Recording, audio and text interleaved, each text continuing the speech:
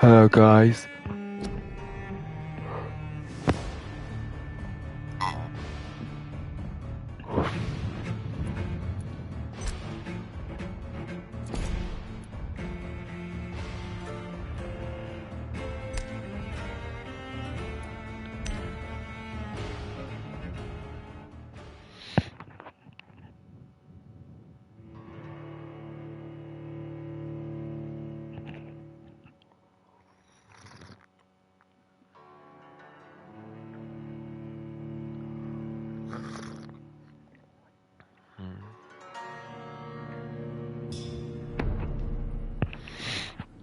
Alright. Let's do some healing.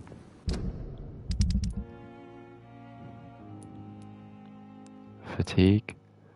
Fatigue. Fatigue. Fatigue. 4 fatigues. 5. 6. And possibly 7.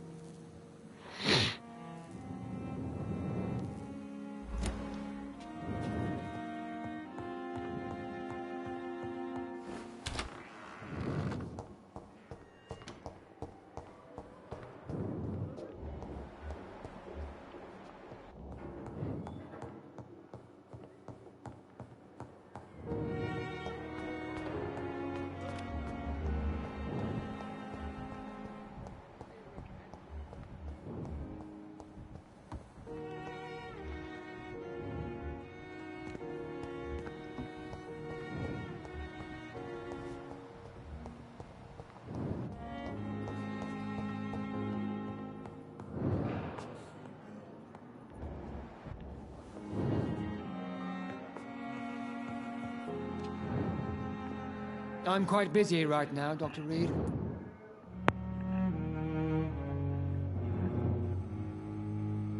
Do you need my assistance? Don't be ridiculous. I'm capable of dealing with this myself. I've just not taken the time to do so. Then you are lucky that I have taken the time to do so.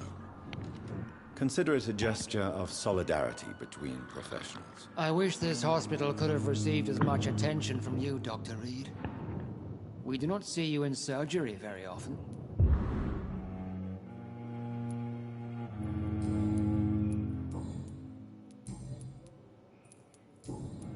Thank you for your time.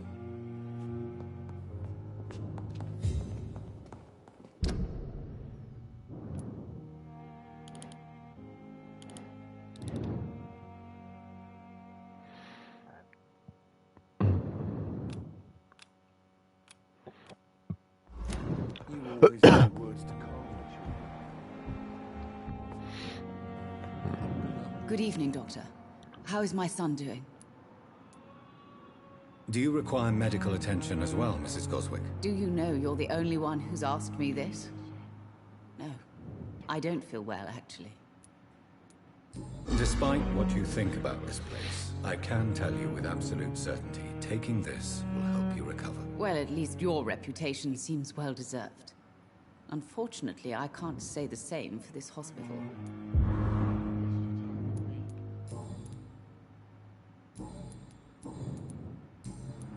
Goodbye, Mrs. Goswick.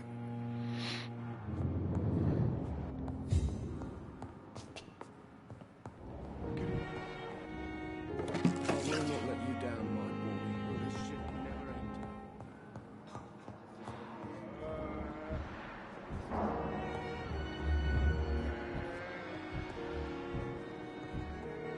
My sweet girl. Good evening, Mr. Fiddick. Good evening, Dr. Reed. Any news about my operation? Is there anything else that's bothering you? Can I help in any way? Really? Why has no one else asked me that since I got here? I thought I was in a hospital.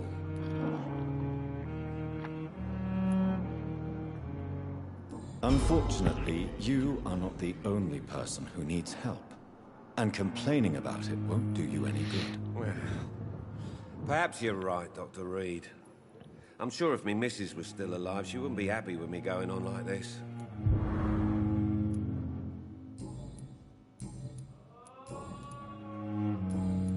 Goodbye for now, Mr. Fiddick. I'll see you later. Reads me like a book.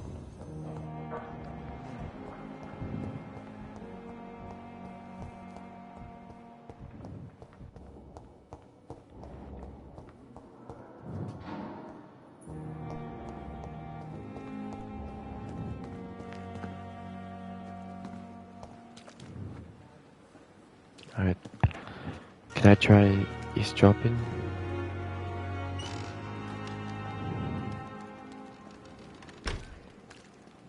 I cannot enter. Court medical bench, sir. I understand you must be very angry about this unfair situation. I managed to arrange to have you buried in the same mass grave as your wife. I hope that might help.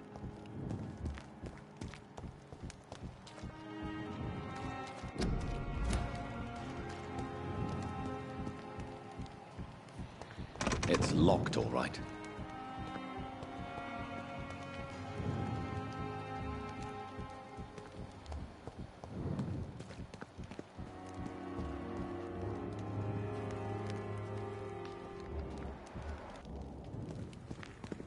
I'm sorry you ended up on my plain and cold medical bench, sir.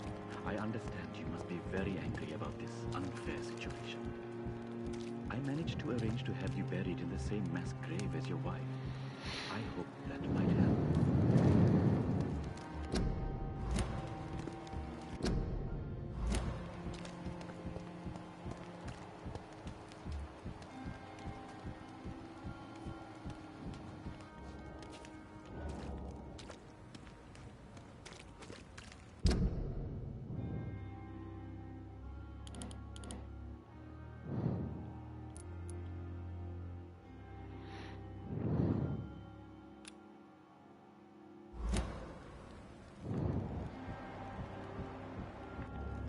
I'm sorry you ended up on my plain and cold medical bench, sir. It's locked. I understand you must be very angry about this unfair situation.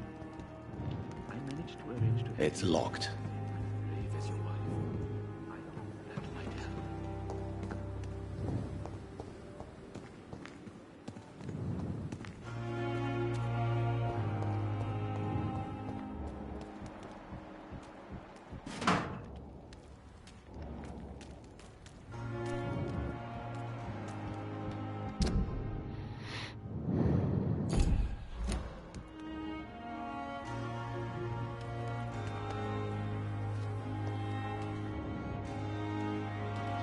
I'm sorry you ended up on my plain and cold medical bench, sir. I understand you must be very angry about this unfair situation.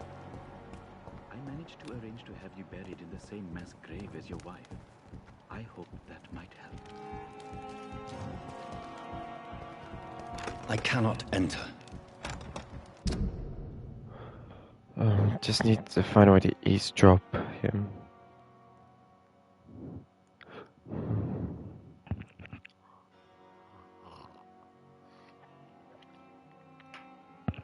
Hmm.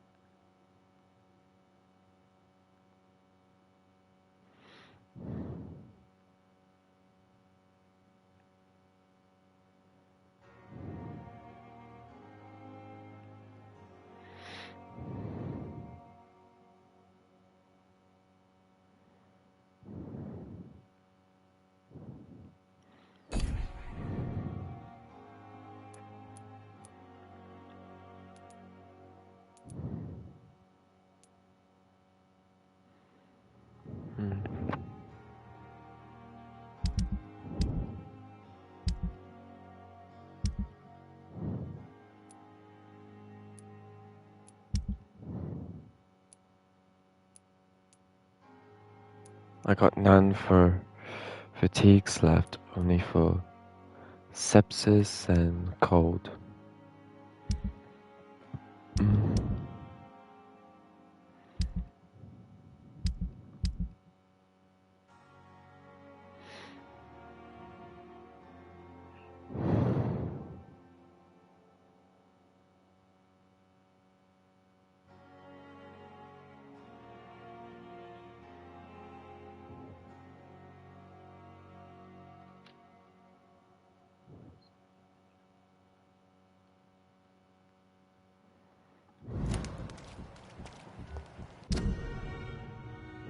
Wait a sec.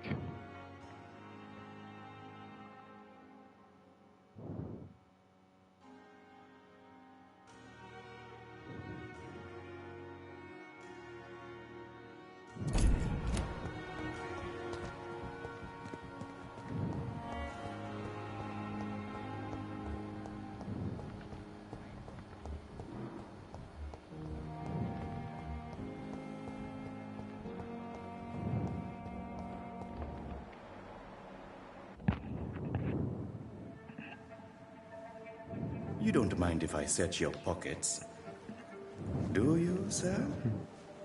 You won't need any of these anyway. I'm not stealing from you, mister. I'm only redistributing your belongings to people who need them more than you. Wow, what's he doing? You see, no one has claimed your body, sir.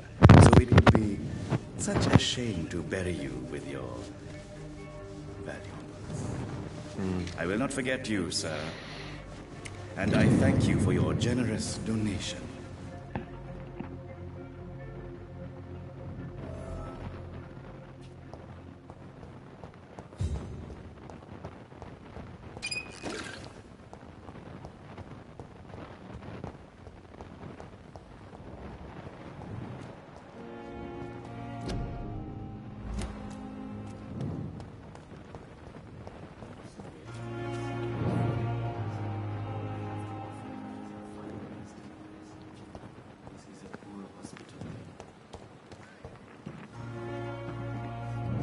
Good evening, Dr. Reed.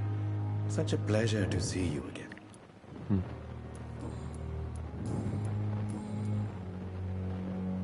You steal from the dead. How dare you steal from the dead, Rakesh? Is that what your pawnbrokers is really about? These people are dead, sir. What they possessed could be useful for the living. And I'm sure they would agree if they could speak.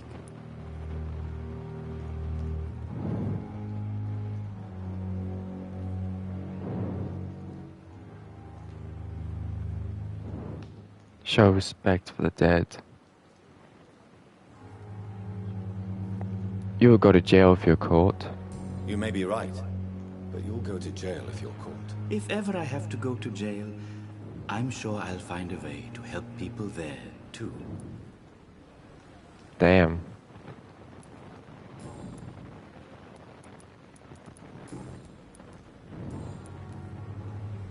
Please show me what you have to sell. Of course.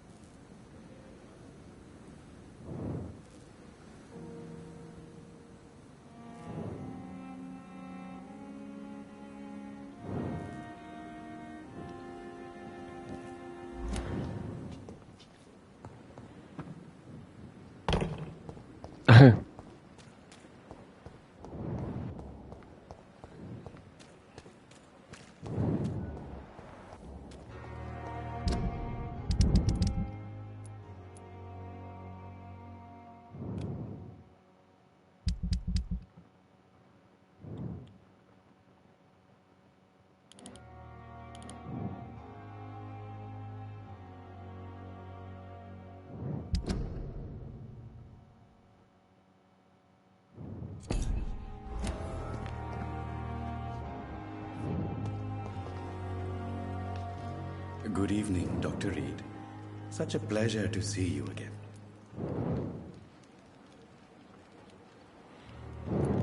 Please show me what you have to sell. Of course. It's just trinkets and curios, Reed. Let's see.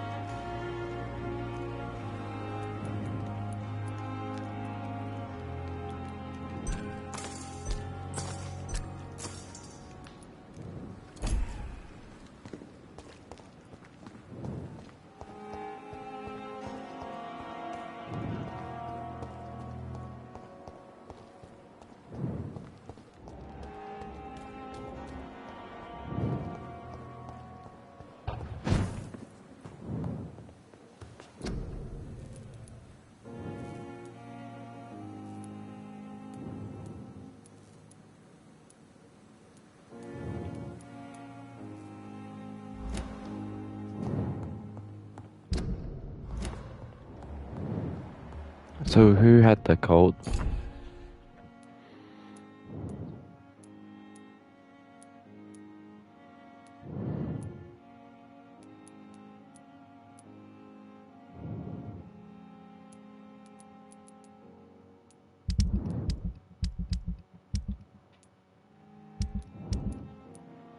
This guy.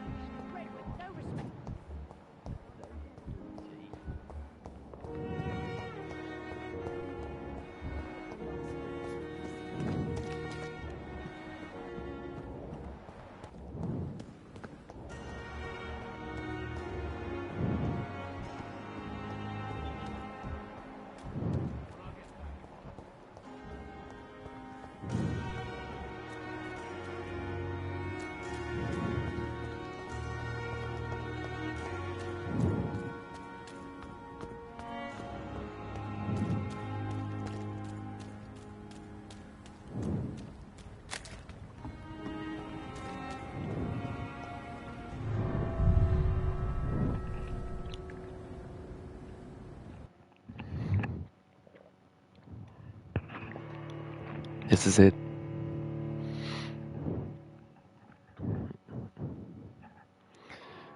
Hopefully I got enough XPs and levels.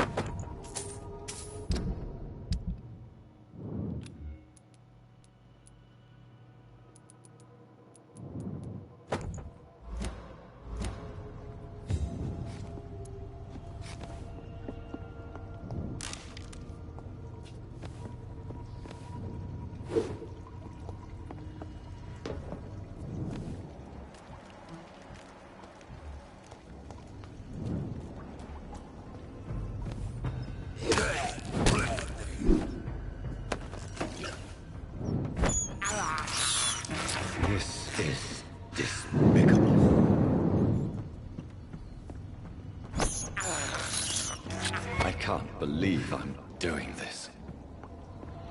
Alright. Hopefully we got enough level. 9. To tie. What sort of creature is this?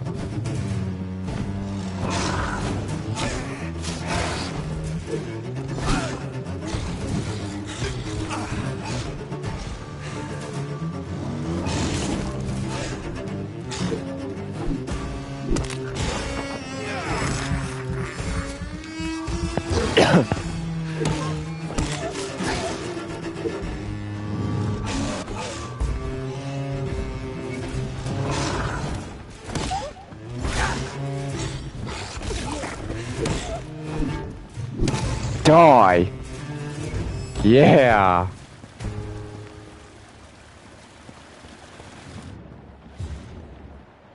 Here's what's left of him. Not a lot to check, but I should anyway.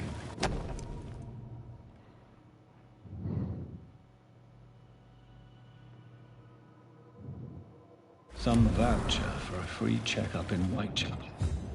What is Nurse Crane up to? I really must find her.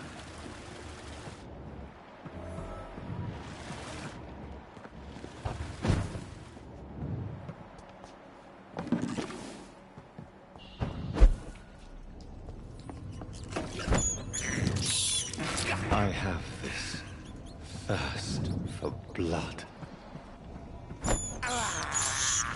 I can't believe I'm doing this.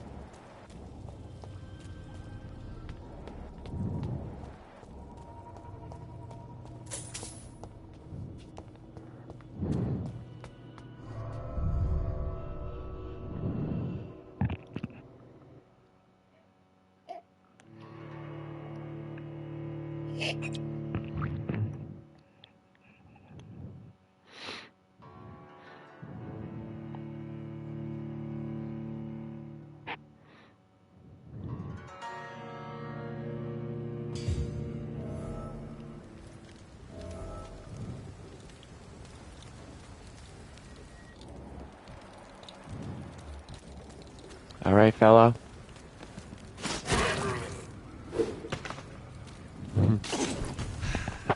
Now I'm strong as hell.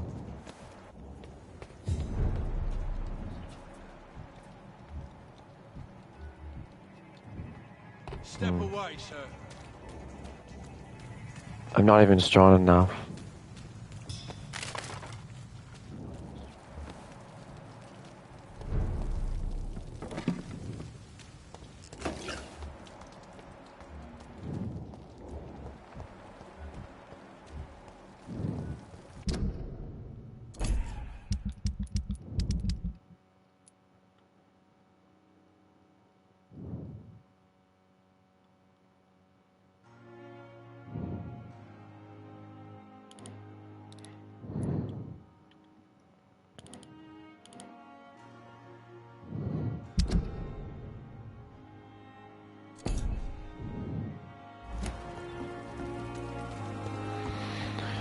So I had to walk all the way.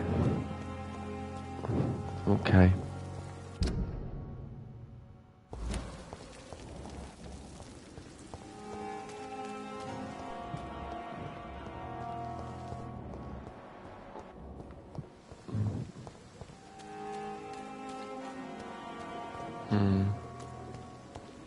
I'll be alright.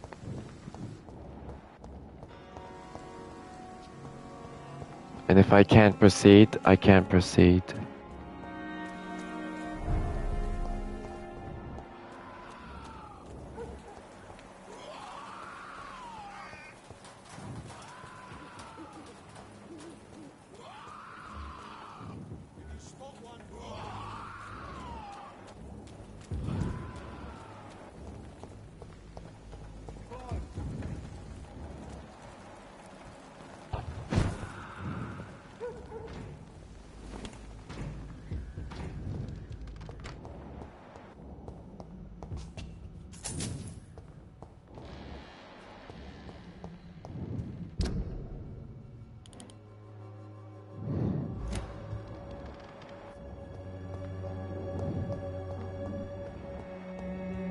How am I supposed to not get caught?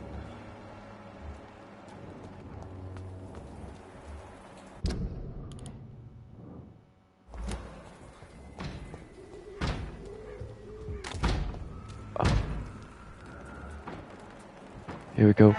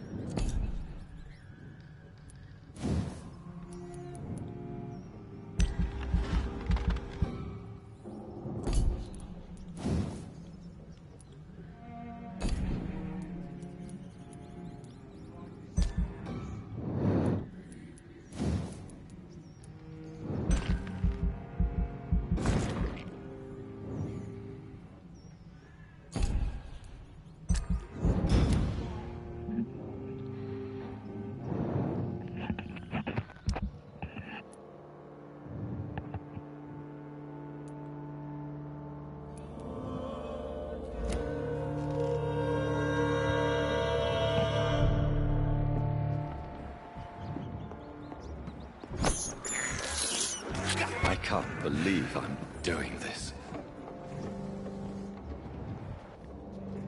Lively! It's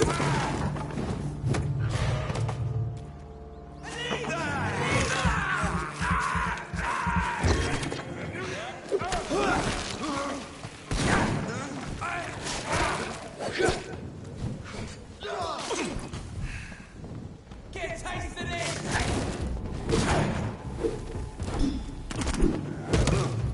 Fucking fast!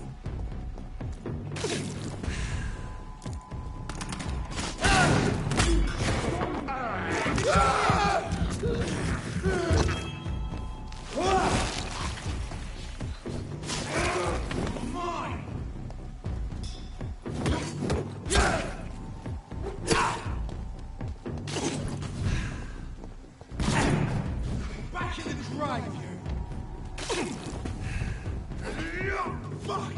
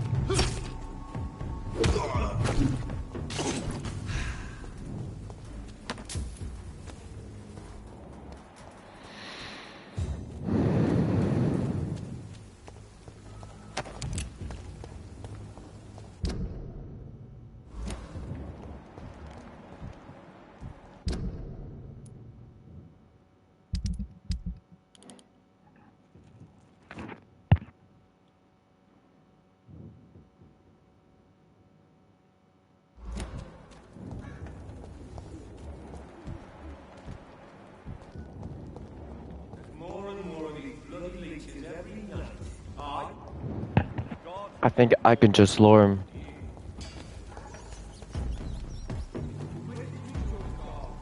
Come on, that's it.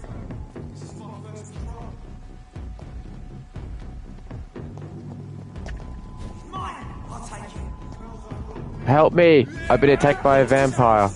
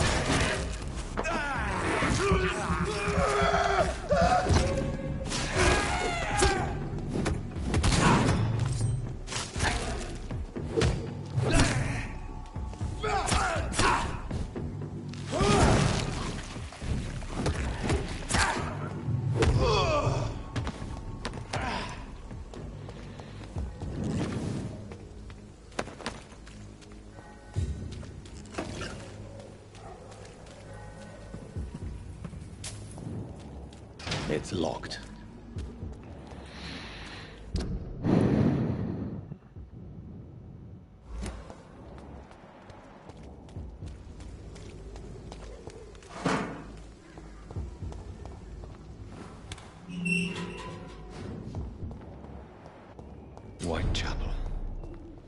This neighborhood is linked somehow to the kind Lady Ashbury's blackmail.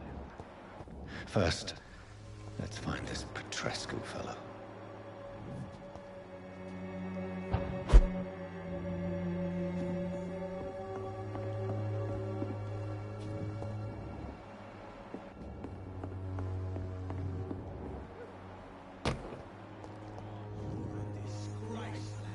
Fuck you all! Fuck it all! Stop it now, Albert, stop it! What the? I won't end up another drunk arsehole. Not me.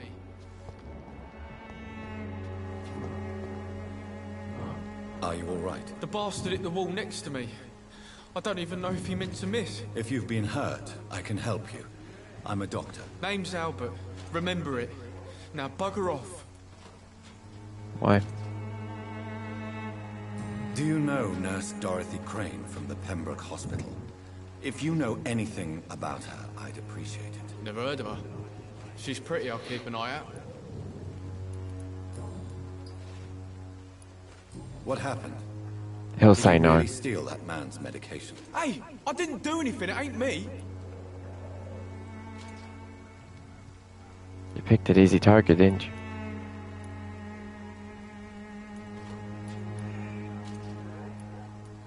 Medication and drugs are a rare commodity in East London. So you picked an easy target, didn't you? Sod off, mister. You ain't got no clue what's going on here. Bastard was a soldier in the war, so now he's got the right to shoot me. It's true. I'm not familiar with this part of town. Perhaps you could help me. I said sod off. Go find yourself another guide.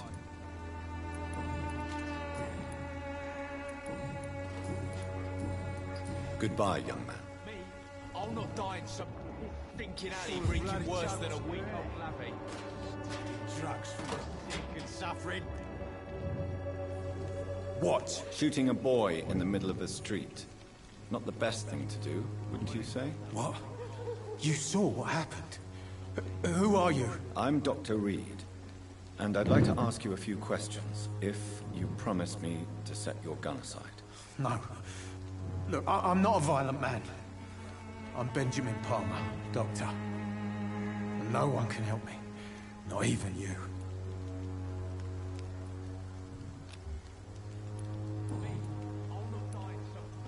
Whatever the boy did, I'm sure he didn't deserve a public execution. I swear I didn't want to hit him. It's just that I'm sick in the head, you see, and the boy just frayed me last nerve. What is it, Benjamin? It was the war, wasn't it? Your nerves are shot, aren't they? I need some answers, Private. From one soldier to another. The doctors called me a liar, a coward. Put me in a straitjacket, locked me up. Finally, they sent me back to the front lines with a handful of tablets.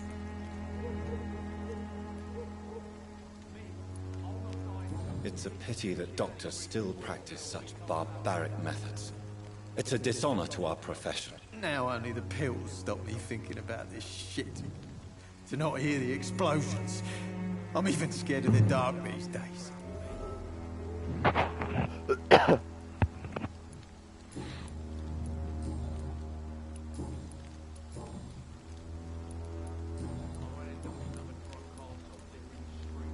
Perhaps you could focus for a moment and tell me your troubles. I'm sick, broke, and my son just stole my pills. Everything's coming up roses. What can you tell me about this place? Nothing to say, really. This is where I used to live, and this is where I live now. You mean you used to have a better life? Yeah, I had a wife, a home, and a job. I even used to have a name. Now I'm just Ben. Ben the Tramp. You don't have anywhere to go? No family that would welcome you? Not since the death of my wife. Albert's mother. She was sick, you see. Long before the flu and all this shit. Do you know Nurse Dorothy Crane from the Pembroke Hospital? Have you heard anything? It's funny, I've been searching for her too. I need some pills. But the woman is a phantom, if you ask me. Really? And why is that? Word is she ain't real. She's a cover for some doctor who runs an illegal dispensary for migrants. A gun, alcohol, and a bad temper make a terrible cocktail, sir. Goodbye for now.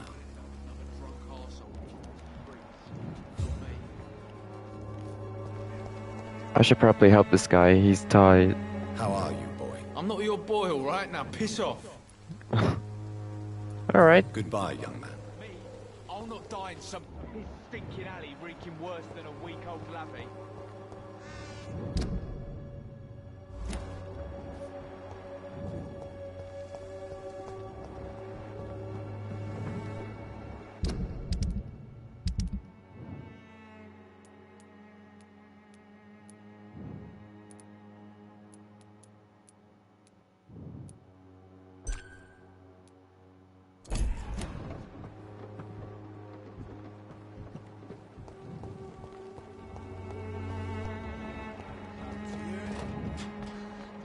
Trucks for the sick and suffering.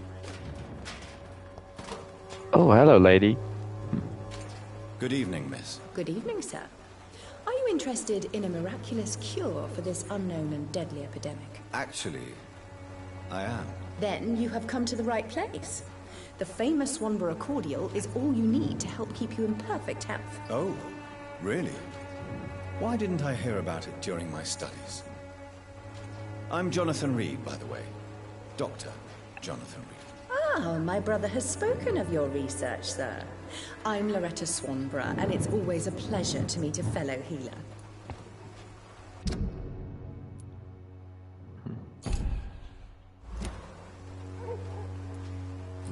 Do you know Nurse Dorothy Crane from the Pembroke Hospital? I'd like to know more about her. I don't like to talk about competition. Competition, you say? Never met her, but it seems she provides some sort of medical care to the poor. The whole thing has to be some sort of scam, if you ask me. Tell me, who intrigues you most in Whitechapel? The region itself is something to see, but I would say Camellia the mute florist who gives away her flowers. What do you think of the locals? Most of them are afraid or desperate. They all come to me eventually for my remedy. Is there anyone I should avoid? Cadogan Bates, without a doubt. The bloody bastard remorselessly exploits poor migrants as soon as they get here.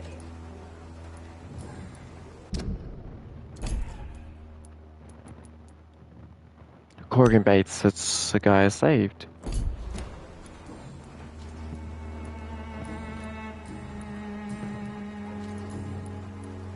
I'd like to see what...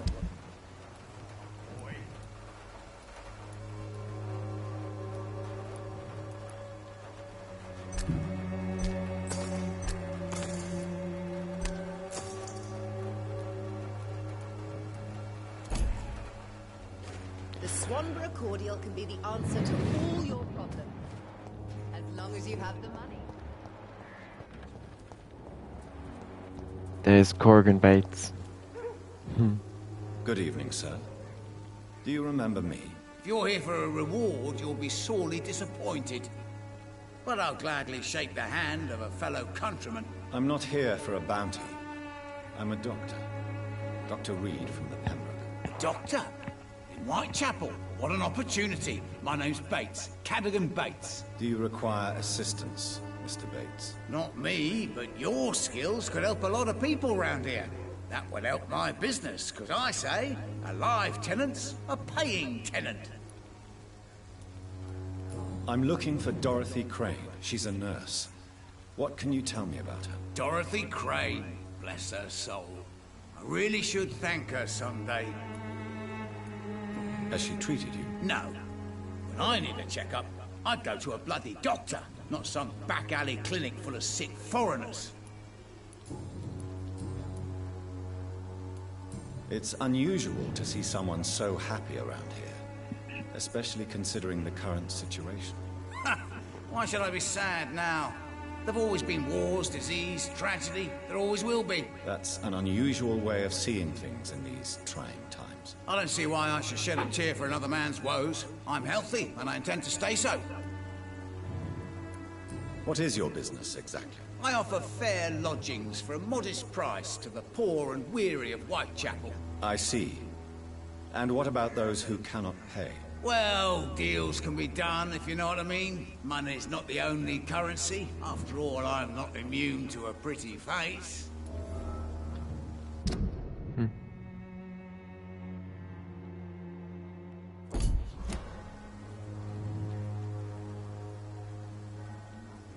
You are taking advantage of him. In other words, you take advantage of these poor lost souls. Begging your pardon, I thought you was a man who could appreciate the complexity of the modern world. Things ain't just black and white, you know. What help could I possibly be to your business? That's simple. I already get good money from all those fleeing the war. Can you imagine what they'd be willing to pay if I could offer medical assistance too? Mr. Bates, do not make me regret saving your life in this quarantine zone. I understand, Dr. Reed, you're from a good family. Don't want to get your hands dirty. That's fine. I'll be happy to act as your middleman.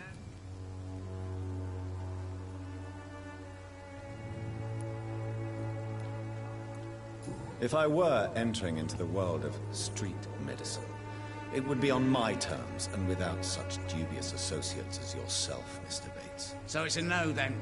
That's too bad. The Reed tonic could have really helped people, you know, save lives. Isn't that what you do? I mean, people buy that Swanborough shit.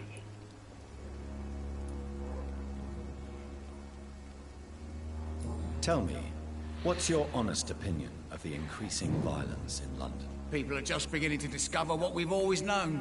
This city's rotten to the core. They just took their bloody time to wake up and notice it. What do you mean? People are acting like the violence is news. But it's always been savage down here. It just bubbles to the surface every now and again. It's that's... I don't see... What is your... Well, in other words... begging you.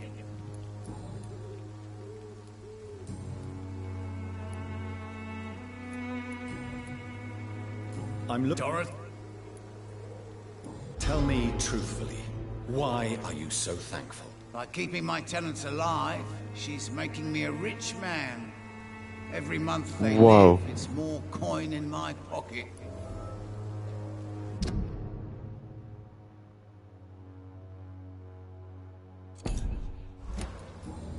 Well,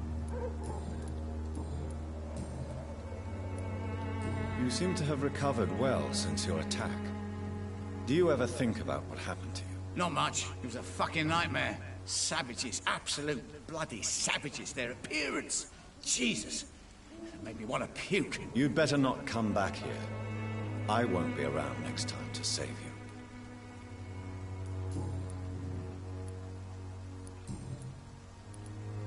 It's... that's... I don't see... What is... I well, in other words... begging you. What... That's it. Mr... I if I... So it's a... Tell people what... people...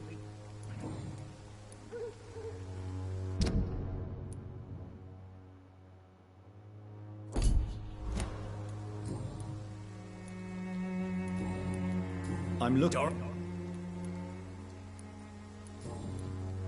Goodbye. damn. He's just taking advantage of the poor and non-rich.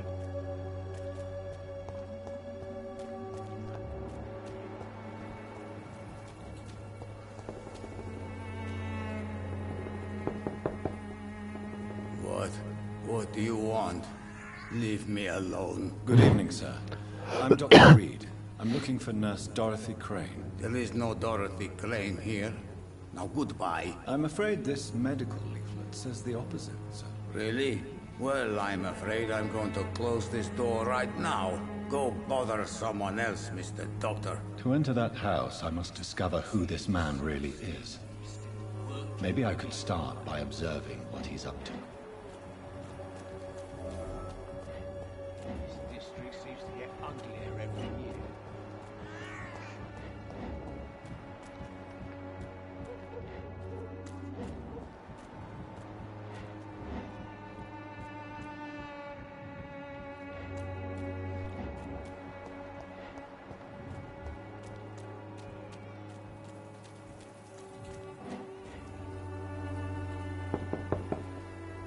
There's nobody here.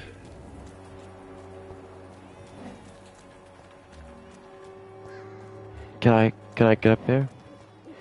It's locked, all right.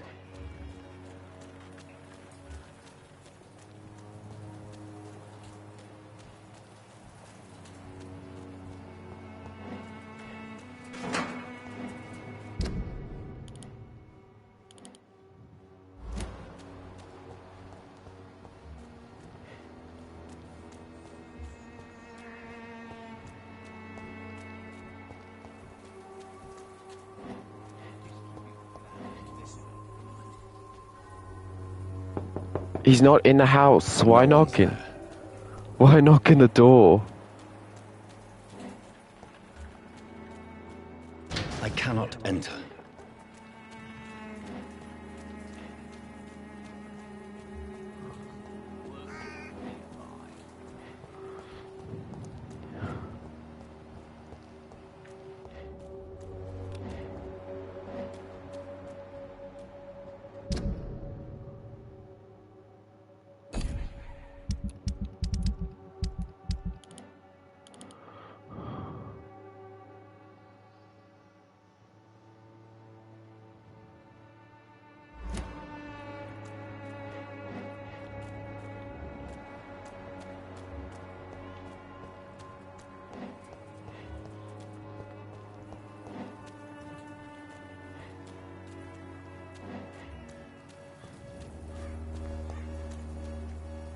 And he's still knocking the door.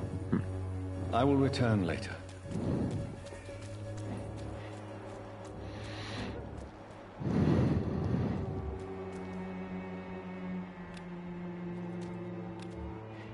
Need to find some place to eavesdrop. And Dorothy's up there somewhere.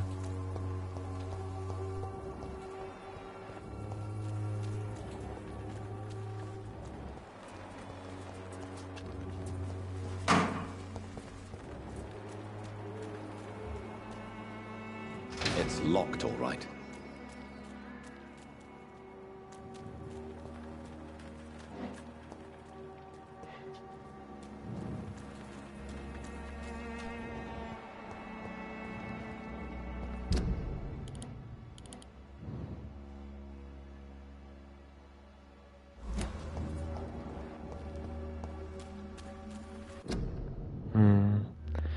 I think I'm a bit stuck.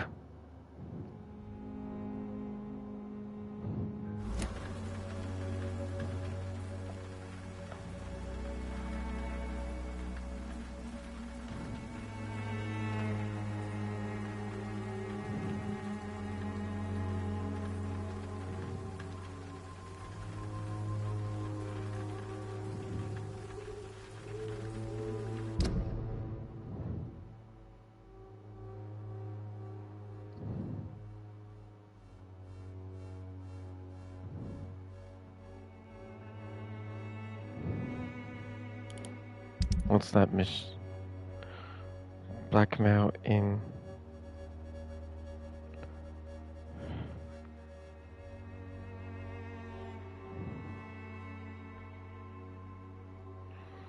Alright.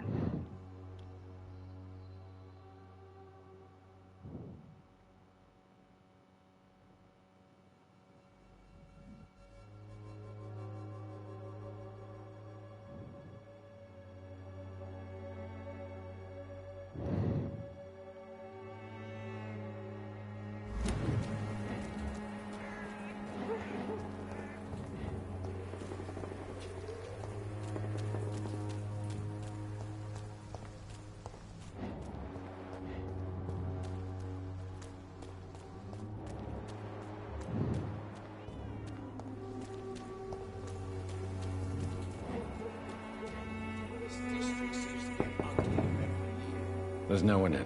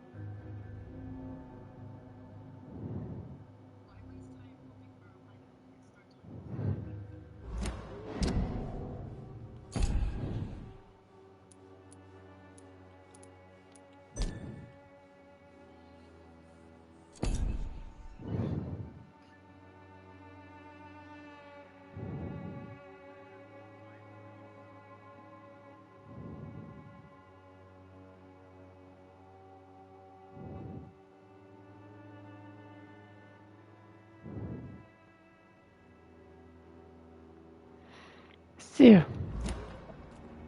That's better. That's better.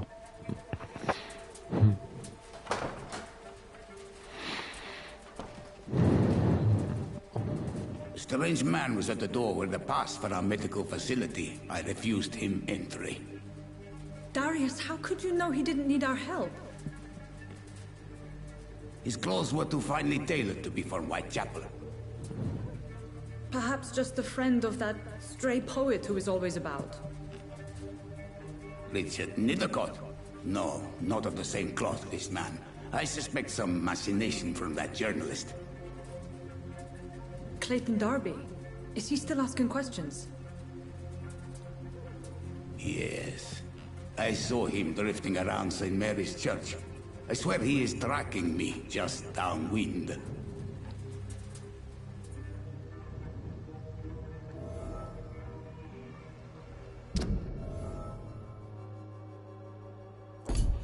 I must talk to that journalist or the poet. They must know about Darius. Nearby the church they just mentioned.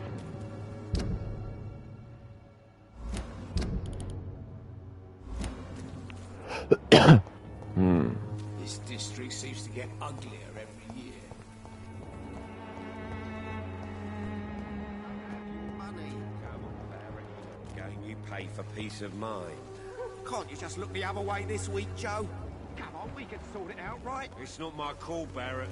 You pay one way or another. Please, Joe. How long we Unable to see the true horror around you. Forgive my interruption. Do not apologize, my son. Father Tobias Whitaker is always happy to teach mortals about the incoming Armageddon. I am Dr. Jonathan Reed, and I just have a few questions. A scientist? You are much more lost than I thought, my son.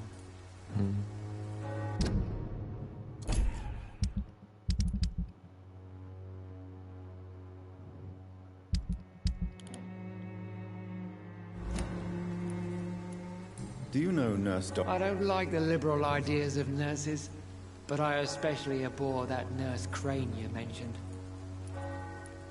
Why do you hate Nurse Crane more than other nurses? Before coming to London, she was a member of the communist resistance in her country. That's what happens when you let a woman get involved in politics.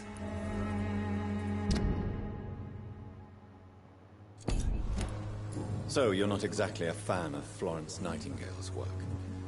But nurses are essential for modern healthcare. Nuns should be the only women allowed to take care of male patients.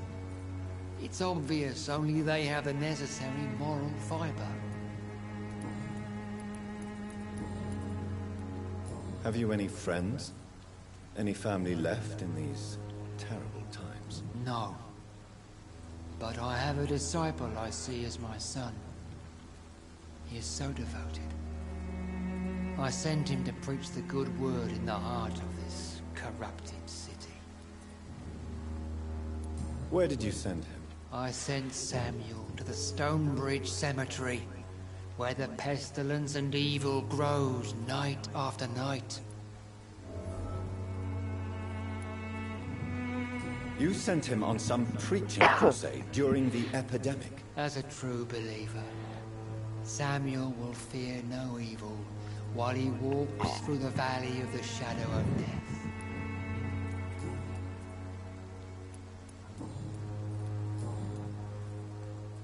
What do you mean when you say that I am more lost than you thought?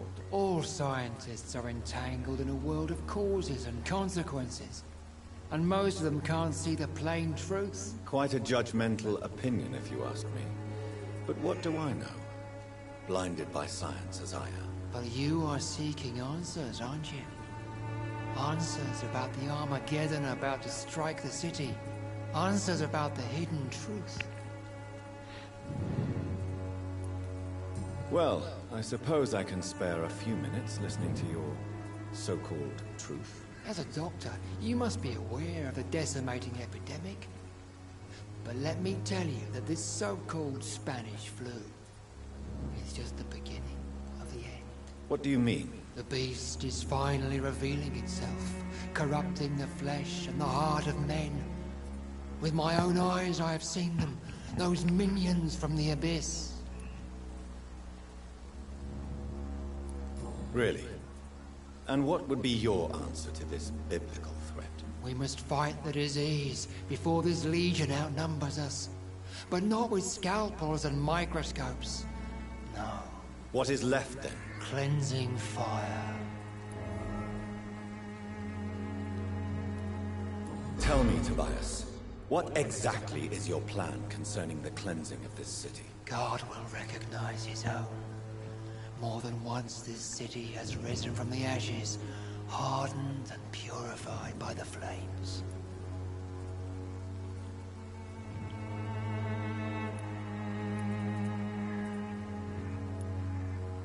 Purification by fire has proved useful, but where do you stop? Burn the clothes? The buildings? The corpses? Worse? Your lack of faith is predictable. But my task is to convince rational minds like yours to see the light. This is God's will. You're mad and dangerous. You're nothing but a soulless butcher.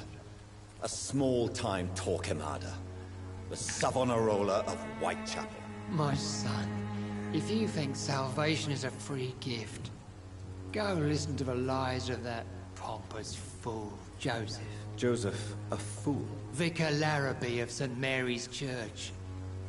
While he continues preaching his fraudulent redemption, more and more people die in the streets.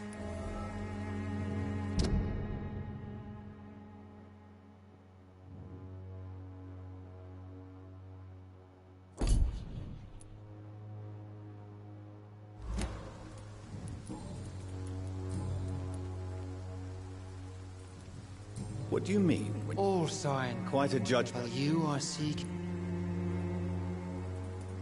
Well, what do you... I have heard...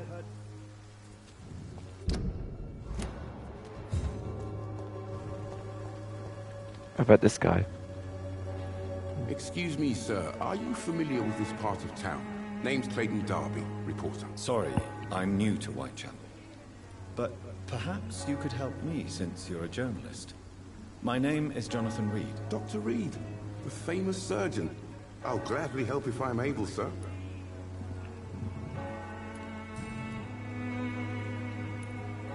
Have you any idea of the danger you face in these streets at night? I've had to run and hide more than once from frenzied mobs incensed by the fever. Do you think the flu is really responsible for this, Doctor?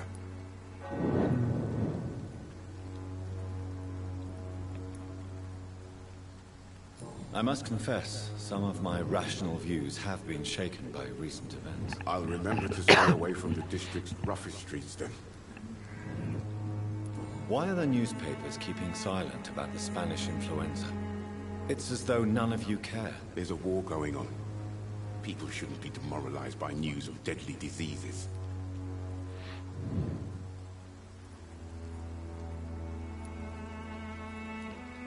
I served in France. Our top priority must be to put an end to this butchery. This war must stop now. Sir, streets are a battlefield too. An invisible and untold war is going on, and it must be stopped. What is a journalist doing in this borough after sunset? He goes where none of his colleagues would dare to go, to inform the country. So you risk your life to reveal the truth. I saw many reporters do the same during the war. Whitechapel is the crucible of so many untold stories and tragedies. I want people to know them. That's quite honorable of you. But is the public interested? Not at all, sir. And that's why I'm an independent journalist, hoping to sell some stories.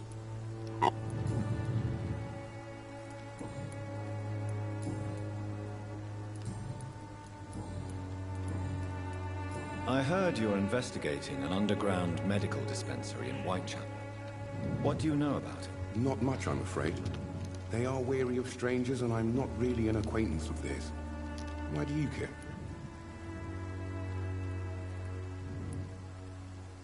I'm afraid one of the nurses from the Pembroke Hospital may be involved with unsavory activities. Ah, could it be Dorothy Crane? Without a doubt, you are a damn fine journalist, Mr. Darby.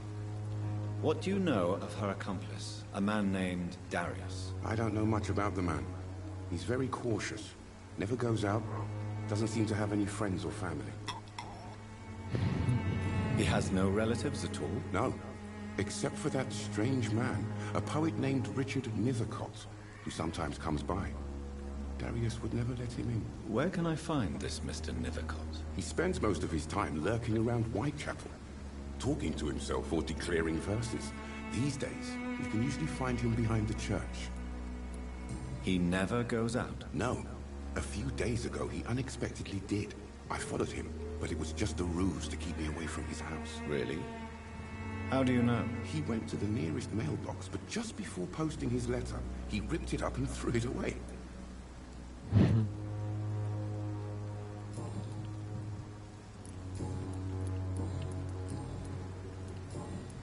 Goodbye, Mr. Darby. Farewell.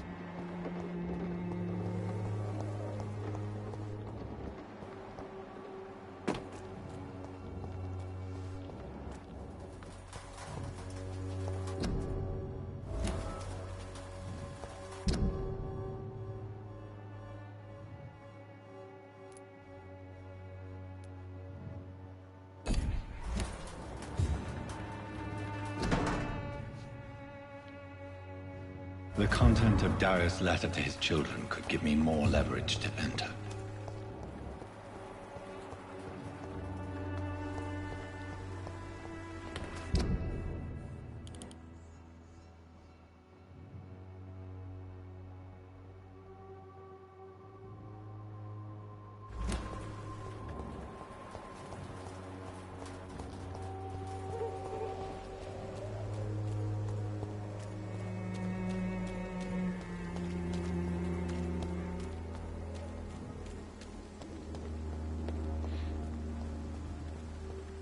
The walls of your home will not protect you, for there is no protection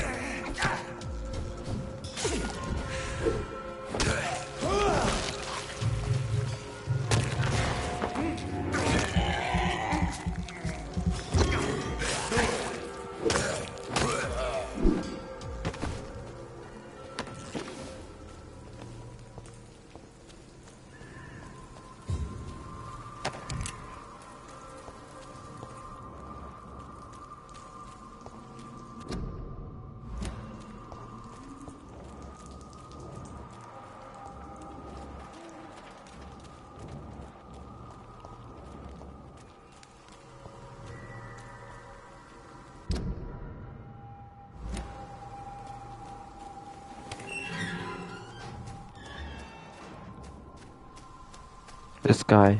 Could it be this guy? Good evening, sir. I'm Dr. Reed. I would like to ask you a few questions. Please be my guest.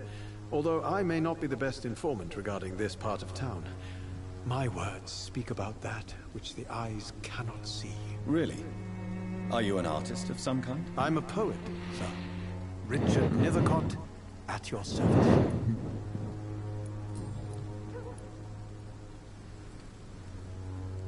Tell me, Mr. Nethercott, why seek inspiration in Whitechapel? The place is not beautiful per se, but how to explain it? Stirring and challenging. Do you not think it a little morbid? On the contrary, sir. Whitechapel is full of life, full of beauty. Just like my dear muse, the wonderful Camellia. What can you tell me about Camellia? Not much. And that's the beauty of it. She can't speak, you know. She's a locked mystery who exhales kindness and sweetness. Perhaps you're just afraid to find out the truth about your muse. One day, perhaps, I'll ask her to come with me. But will she still be my wild flower of Whitechapel if she moves uptown? And have you ever tried to learn more about her? Where she lives? How she survives? Whom she may know? Maybe I'd prefer she remains an enigma. Reality can be so dull, don't you think? In what way, exactly? The struggle by gaslight, the barren smiles, and the added hunger under the rain. If you say so. Such vibrant antagonism and vivid paradox. The stripped humanity raged across each street. Vivid, of course, yes. And what about the poignant distress? Oh yes, the poignant distress. You see what I mean, don't you? That's what I want to write about, and that's what Whitechapel is made of.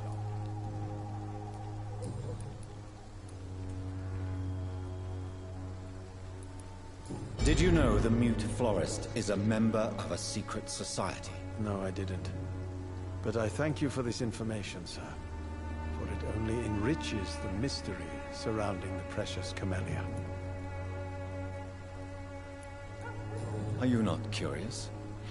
Is there not more you wish to know? That girl has not an ounce of malice in her. Whatever she may be hiding, it's certain to be for the benefit of most, if not all. I fear you are a hopeless romantic, Mr. Nethercott. Guilty as charged, Dr. Reed.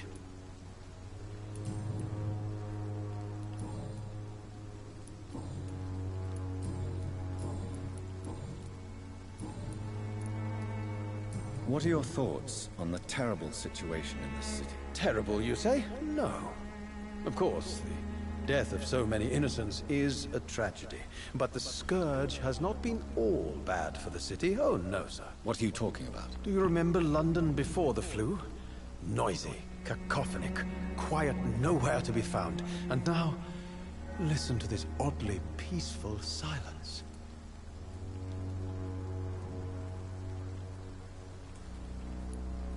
Yes. The enjoyable silence of the grave. You have a unique perspective on the situation, I must admit. Most people fail to understand my perspective. I don't blame them.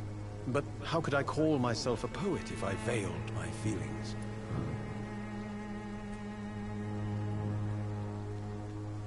May I ask what you're doing at this hour of night, sir? Do you live here? Not at all. I'm just enjoying the pleasure of a quiet walk. Though night talks are always preferable, if you ask me. Especially with strangers.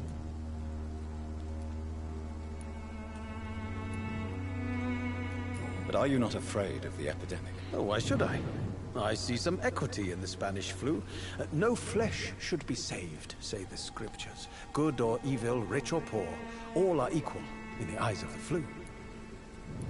If you say so.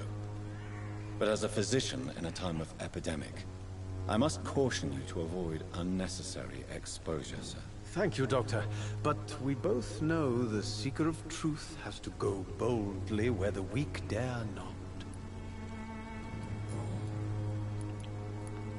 Are you aware that your life could be in danger in this part of town? But this is where I must be to feel the real beat of the city. I had to come, see it for myself, alone.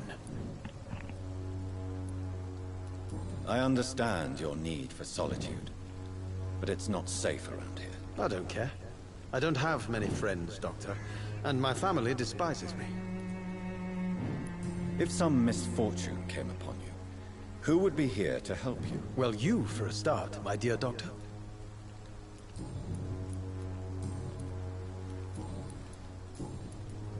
May I ask you a few questions about the district? Extraordinary part of town, is it not? I'll be glad to help you, if I can. What can you tell me about an old man called Darius? Darius Petrescu? Yes, I know him. At first, I thought he was only a small publisher. I invited him to publish my work, but his reaction was pretty clear. Not interested in your talent? Darius is an old political activist who takes delight in printing tracts and lampoons. Those communist activities only require mediocre writing skills. I'm looking for Dorothy Crane, a nurse who lives in this vicinity. Dorothy Crane. Oh, I love the name. The Crane of Whitechapel. Sounds very mysterious. But, sorry, no, never heard of her. I'll leave you alone, sir. Darius is a bit less of a mystery now. It should not be that difficult to incite him to let me in.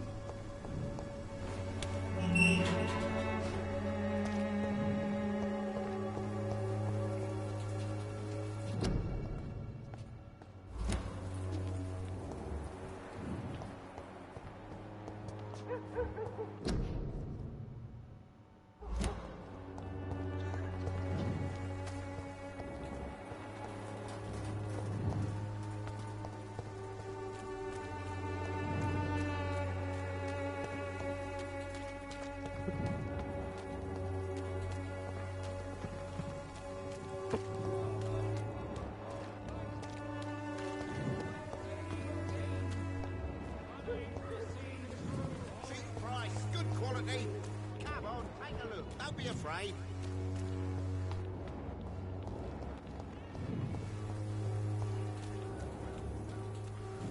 This district seems to get uglier every year. Mr. Petrescu, just 1 minute, please. You again. Go away.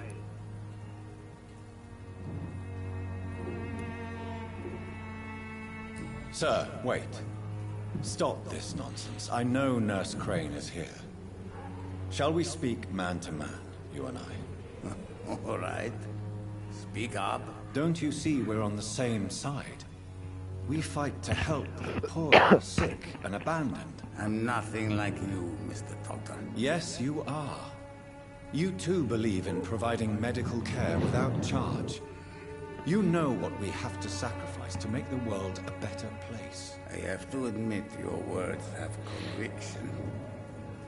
All right, I'll let you see Dorothea. Don't make me regret this, though.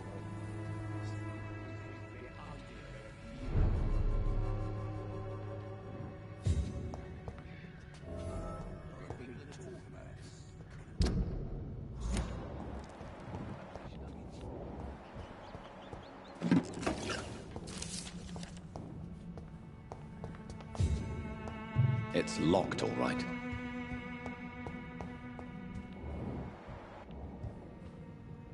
If you want to talk to Dorothea, you must go across the courtyard and take the stairs. We've not been formally introduced. May I ask your name and occupation, sir? I am Darius Petrescu. I'm here to keep snitches and spies away from Dorothea. And I also run this little print shop.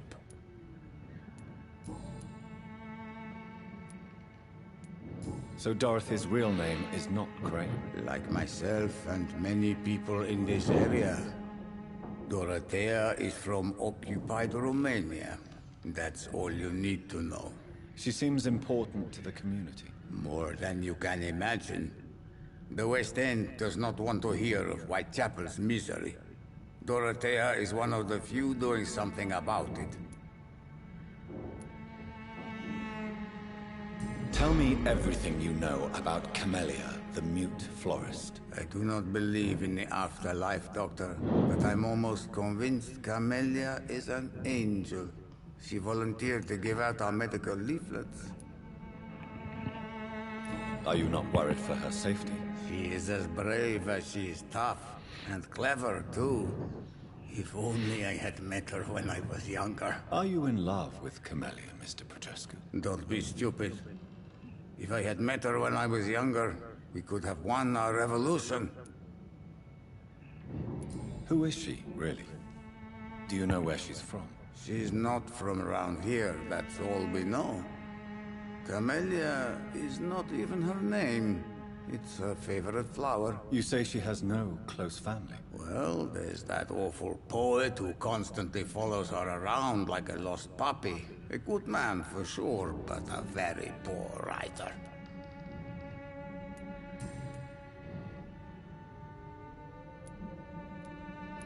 Tell me everything.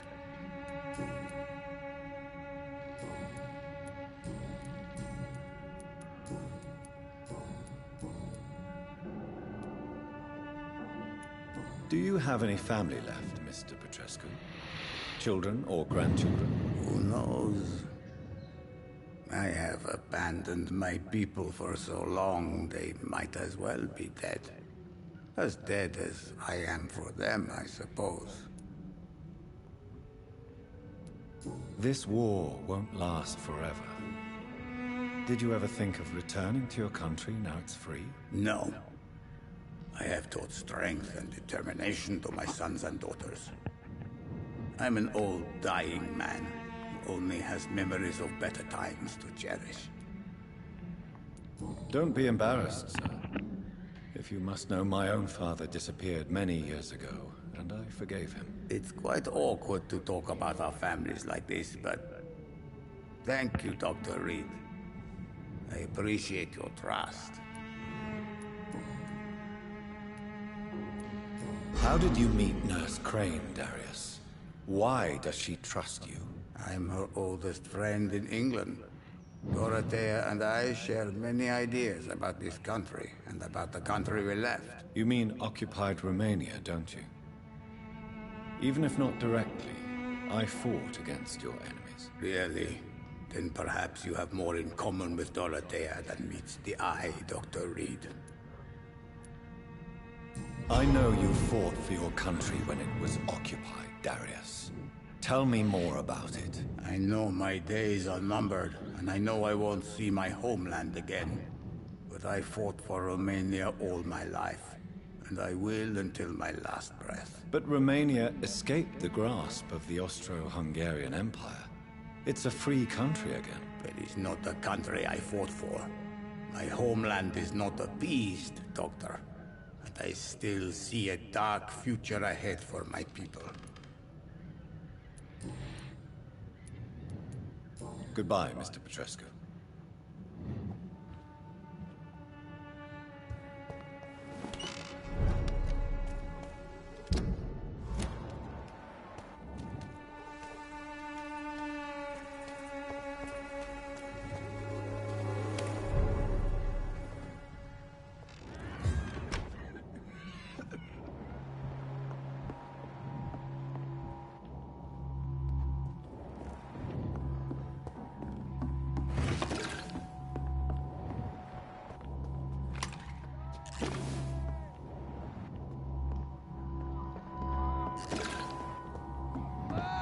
Give me a drink! Can you hear my voice?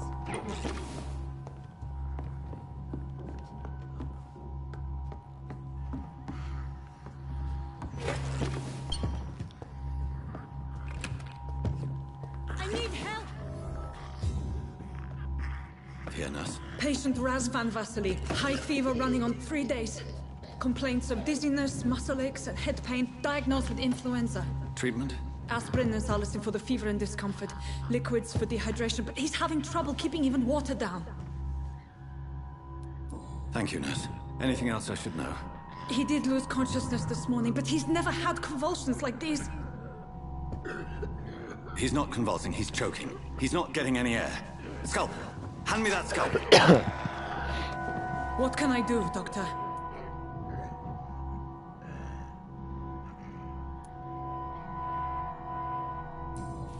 It's too dangerous to operate with these convulsions.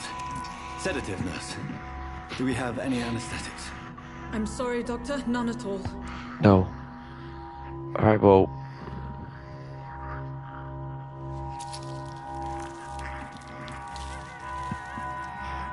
I need to perform a tracheostomy. Short pipe. That rubber tube will do. We're going to cut a passage for air through the neck. Yes, Doctor. No, it's a bit He's breathing again, but he's coughing up blood. Internal hemorrhaging. I need to make another incision into the chest cavity to drain the fluids from the lung. Prepare another tube. A thoracostomy. Doctor, we've nothing to fight the infection. We need an aseptic environment. Right then, Nurse Crane. What do you suggest we do? I've no idea. I'm not the doctor. Time is of the essence. We need to perform a thoracic drain. Yes, Doctor.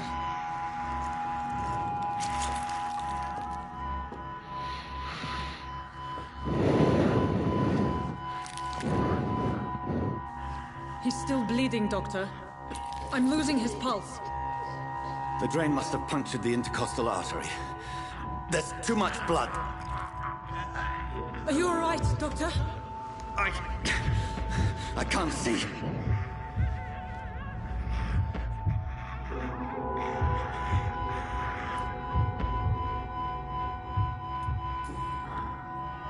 I must first suture the artery. Find the wound.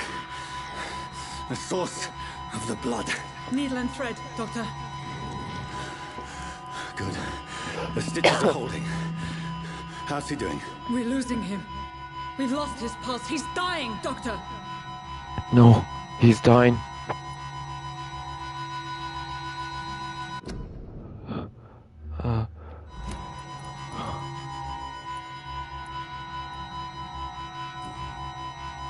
Cardiac massage, now. Cardiac... What? Are you making this up as you go along? No, try the other one.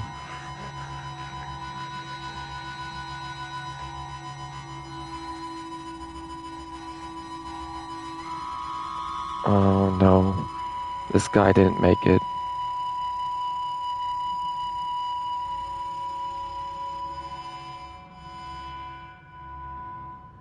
Damn. We've lost the pulse.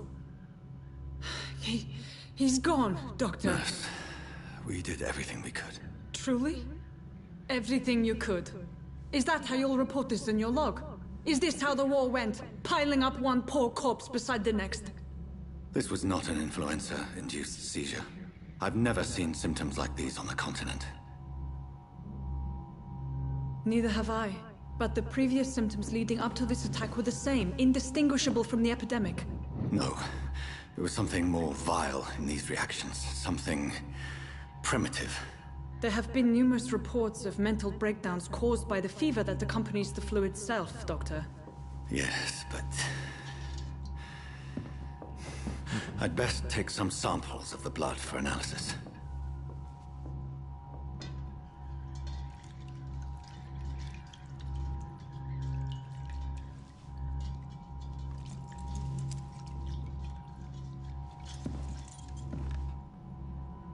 I doubt you're here to test my bedside manners. I suspect it was more than intuition alone that led you to us. So, how might I be of service, Dr. Reed? I come to stop the blackmail. I've come to put an end to this insufferable blackmailing, Dorothy. Doctor, you think your warnings scare me? I've stolen and plied, blackmailed and lied, but what else am I to do? I'm all these people have.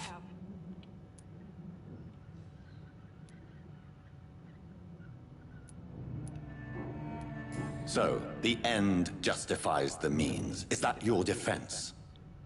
I know you're kind, Doctor. Just another fine-heeled, silver-spooned gentleman who was given the world on a platter. You know nothing of poverty. Nothing of the shame, the hunger, the loneliness. But why Lady Ashbury? Why her, of all people? She's pristine and proper, all right. But that she-wolf in sheep's clothing murders the poor for sport. I have her where she belongs, and I'll milk her for all she's got. Dr. Swansea is a sensible and honest man. He wouldn't have refused your friend's care at Pembroke. It's easy for you to say, Doctor. These people cannot go to the police, nor to the hospital. They don't even speak English. They depend on me for everything.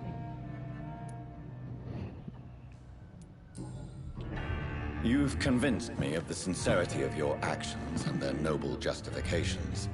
But all the same, blackmail is a crime, and it will stop, Nurse Crane. So, are you going to turn me over to the authorities?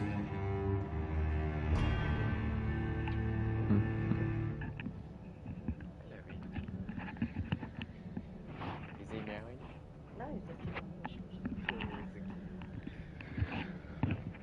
I'm ending this right now. I looked away, but you...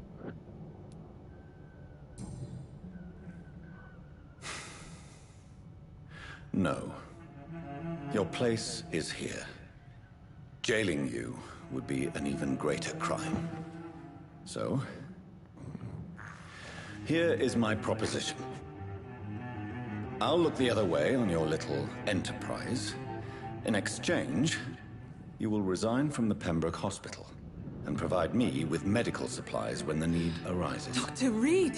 That sounds like a business proposition. My accomplice, then? No, just a privileged client. My research may require the occasional rare piece of equipment or ingredient. I'll pay good coin in exchange, fair and honest, to help finance your noble endeavors.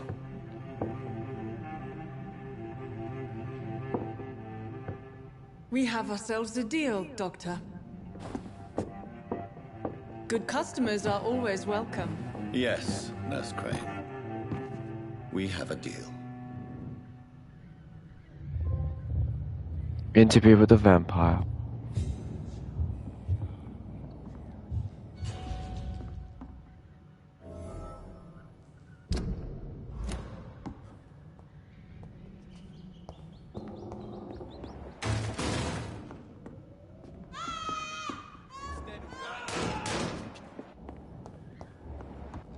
What?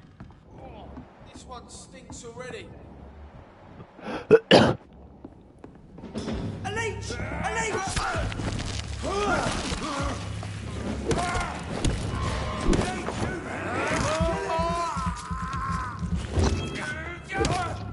Fuck, it's fast! Watch out!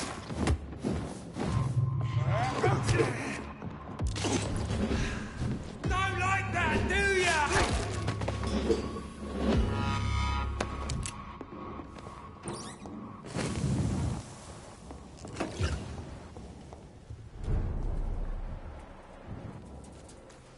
This one's mine!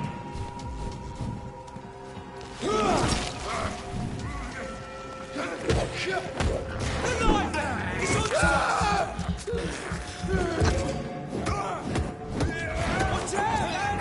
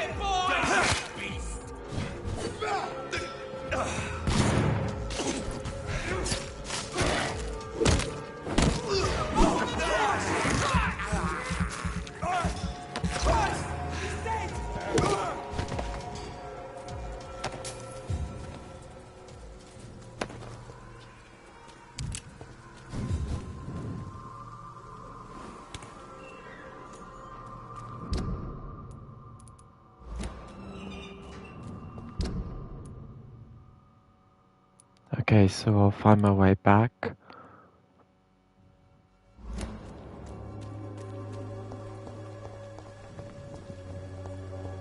Its effectiveness has been proven by many. Even the flu is no match for the Swanborough cordial.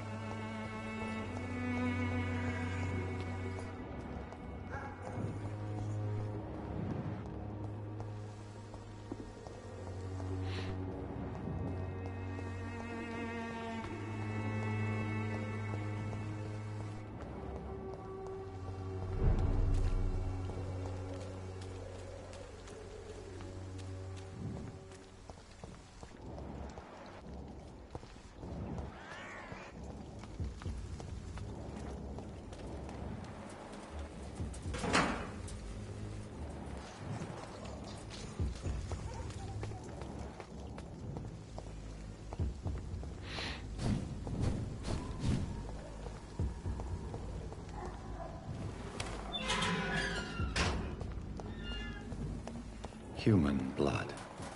Whoever left these marks did so deliberately. Kill it, boy! Look at the fucking grave! Damn it, boy!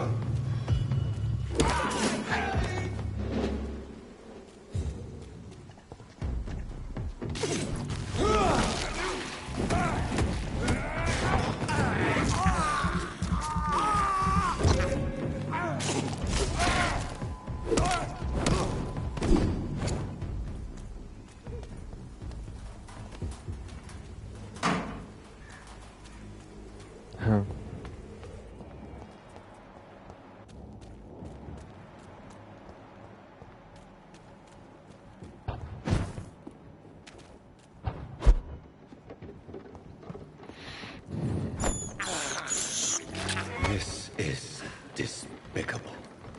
He's dead! Oh, Christ!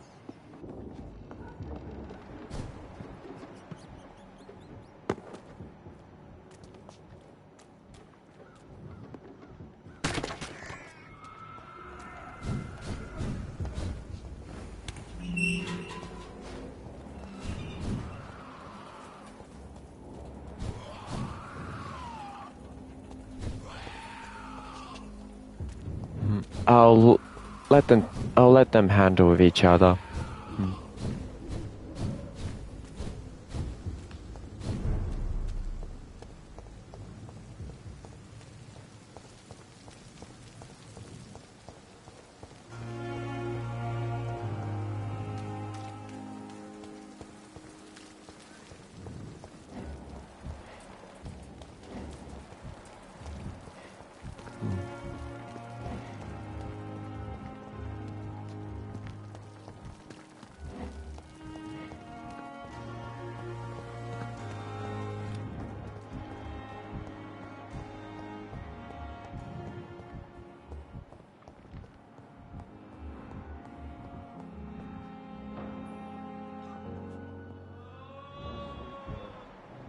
By the time I went to overhear them, it's too late.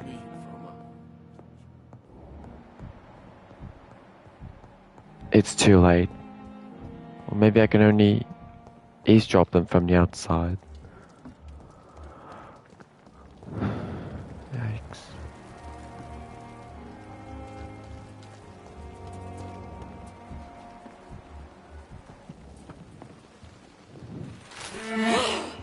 Whoa.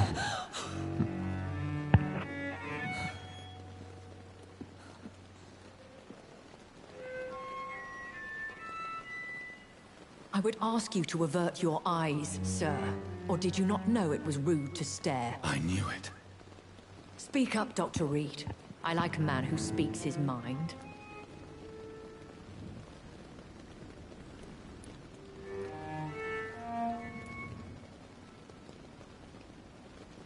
Compassion only hides.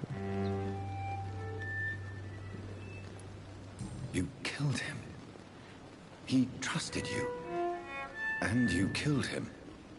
Spare me your sarcasm, Jonathan. You are but newly born in this world.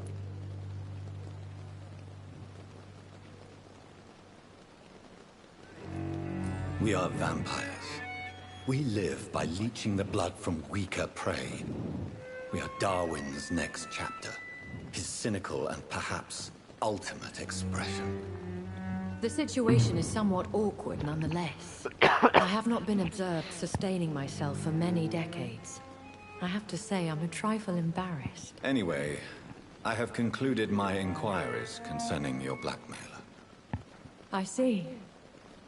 Please excuse my agitated state.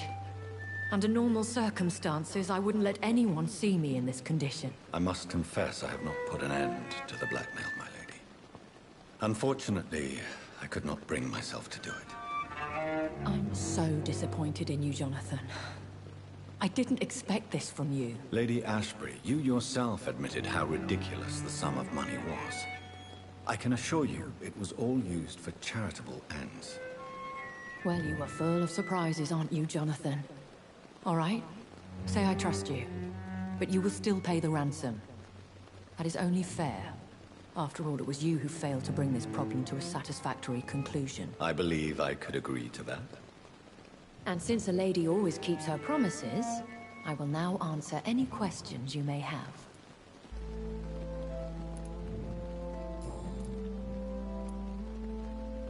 Why does Dr. Swansea allow you to feed on the patients of the hospital? Dr. Swansea is a good and compassionate man. He is trying to find a solution for our hunger. Until that happens, he is clever enough to understand that I only feed upon the dying. And no one suspected you of the murders? As you well know, suspicion has recently fallen on me of killing for pleasure. But you have my word, Jonathan. I take no pleasure in taking a life. What do you know about this Brotherhood of St. Paul's Stole? The Brotherhood is well known amongst London vampire society. As long as our kind is discreet, and as long as they do not interfere, we have come to a mutual understanding. I know this is beyond the pale, but may I inquire your age? Really? And I thought you were gentlemen. If you must know, I'm 27. I've been 27 for a long time now, and 27 I shall remain. And who bestowed upon you this eternal youth? My maker. He left this isle a long time ago. Very well. But I believe there is more to this than you are saying. A lady has to have some secrets. Why did you save me in the canning factory? I could hardly stand by and watch such a promising young blood as yourself be torn to shreds by some gutter scowl. William Bishop wasn't the vampire that created me then? No, Jonathan. Whatever their strength and demeanor, Scowls are the progeny of careless vampires. It cannot be the other way round. What type of vampire is a Scowl? Not a true vampire. The deformed offspring of lesser vampires. It is a shame these creatures run wild, slaves to their baser instincts.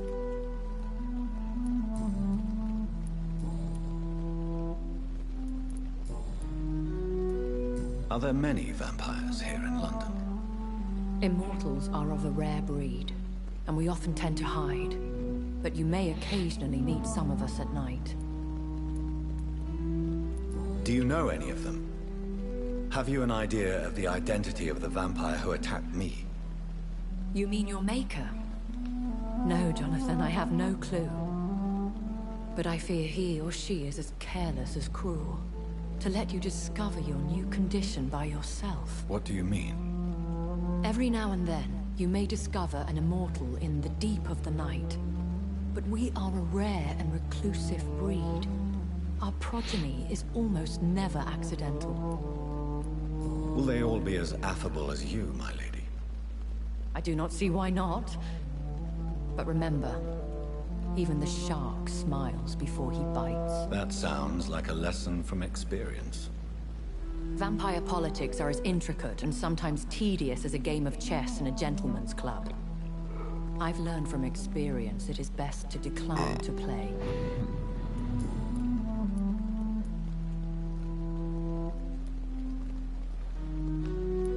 When I awoke, changed, I was chased and attacked by vampire hunters.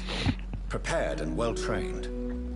Though I can't be certain, more than likely it was the once glorious Guard of Priwen. Once glorious, but still dangerous. They have seen better days, but all fanatics are dangerous. You would be wise to stay clear. They are sworn to destroy our kind. You make them sound like some sort of cult. More a society, and like all the best ones, a secret society. I thought them almost gone, but it seemed they have been recruiting. I've been away from London and England for 3 years. This isn't the city I remember. Things have gone from bad to worse here, Jonathan. I've lived in this city for a long time, and I've never seen it like this. The Spanish flu has hit London that bad. Yes, but it's not just that. I've heard things. Things I've not heard for a very, very long time. There are whispers in the shadows. Something far worse than the Spanish flu is here in the city. What is it you fear? Fear has long since flown this form. But there is something malevolent circling us. I feel fear is merely waiting in the wings.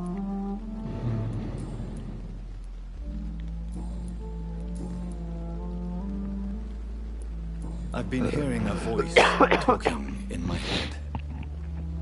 Is this some kind of insanity? It feels like the voice of the vampire that created me. Hush.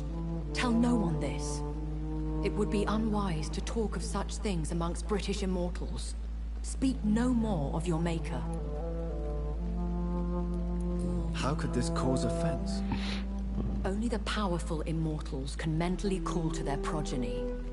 No vampire or hunter will sleep easy, knowing that an unidentified elder is stalking the streets of London. Excuse my forwardness, but... She'll say no. My maker. Me? Goodness, no.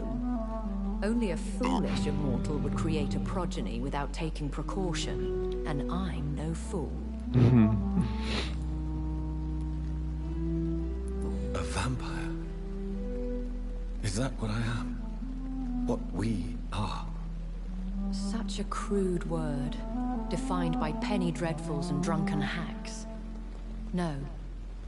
You are now an Ekon, and that you shall remain. So we are Ekons. How can I identify us amongst other vampires? How to put it? All Ekon are vampires, but all vampires are not Ekon. We are but a branch of the immortal tree. Are you an Ekon too?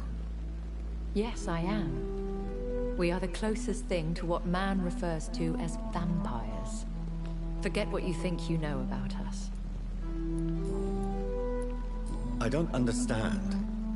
Why was I created and then left for dead? That is a question only the one who made you can answer. It's not normal practice. I doubt even if you find him, he will answer you, considering how cruelly he treated you. I'd like to avoid creating another vampire by mistake anyway. Tell me, how is it done? The process is dangerous. It could even kill your potential progeny. If you did decide to sire an offspring, they must drink of your blood, Jonathan. So me being a vampire could have been a mistake. I very much doubt it, Jonathan. Contrary to the legends, it is not as simple to make another vampire by just biting someone.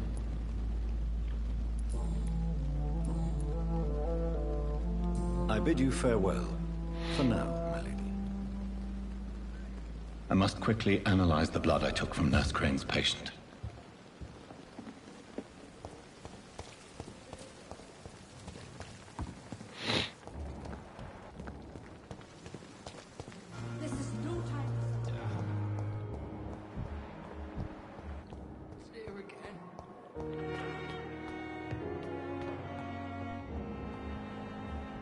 Is he in there?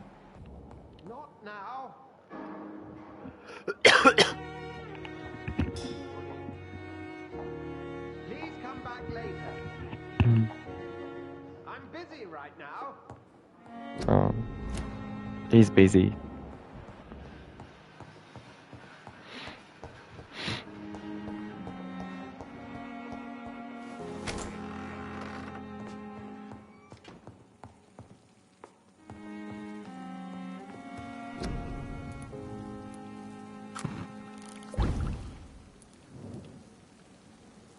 Razvan Vasily was infected by Spanish flu, but also has the highly unstable blood of the Scowls. Is the London vampire epidemic transmitted through the flu? I should talk to Dr. Swansea about it. Yeah, I tried talking to him about it, but he said he's busy. Time to upgrade my character.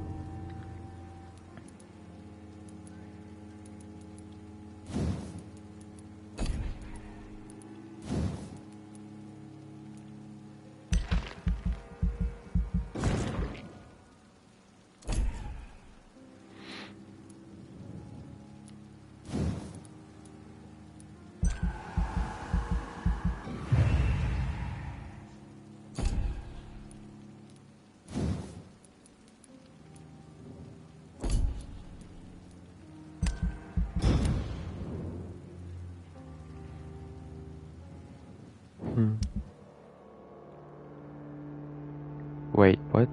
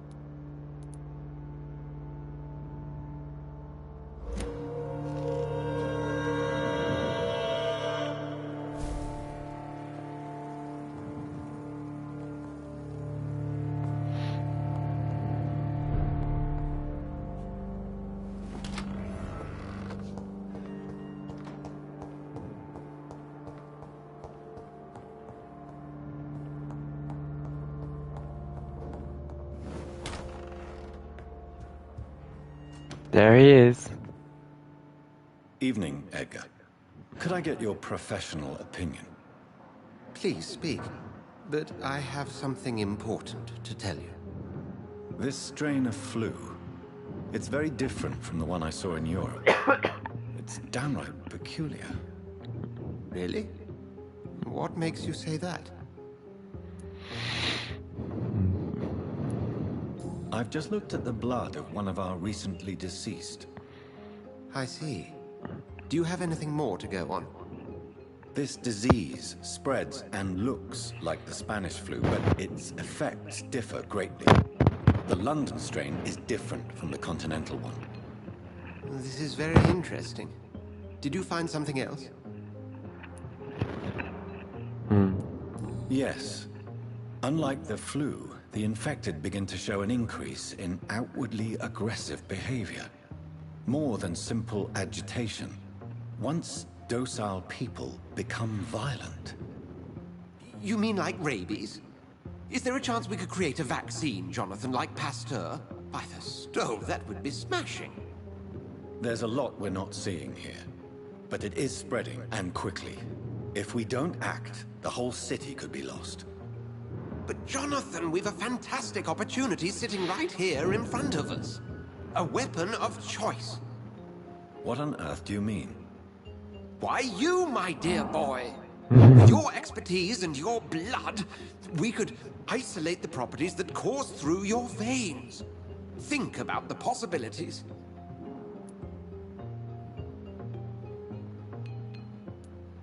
And why not? What did Stoker say about the Children of the Night? Well, using my blood, I could create a whole army of vampires. Surely you're joking. We'll discuss this more later. Thank you for your time. No, thank you, Jonathan. But as I said, I needed to talk to you. I have some rather bad news. Yes? I'm afraid it's your sister. My sister?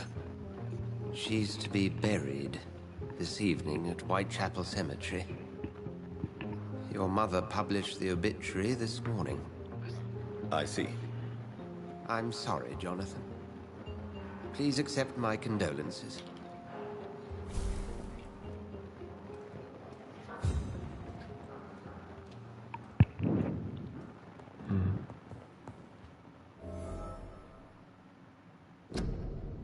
Alright, I'm gonna have to finish up for now. That's all for today, guys. Thanks for watching, and I'll see you in the next live stream. I'll see you soon, guys. Bye. Goodbye.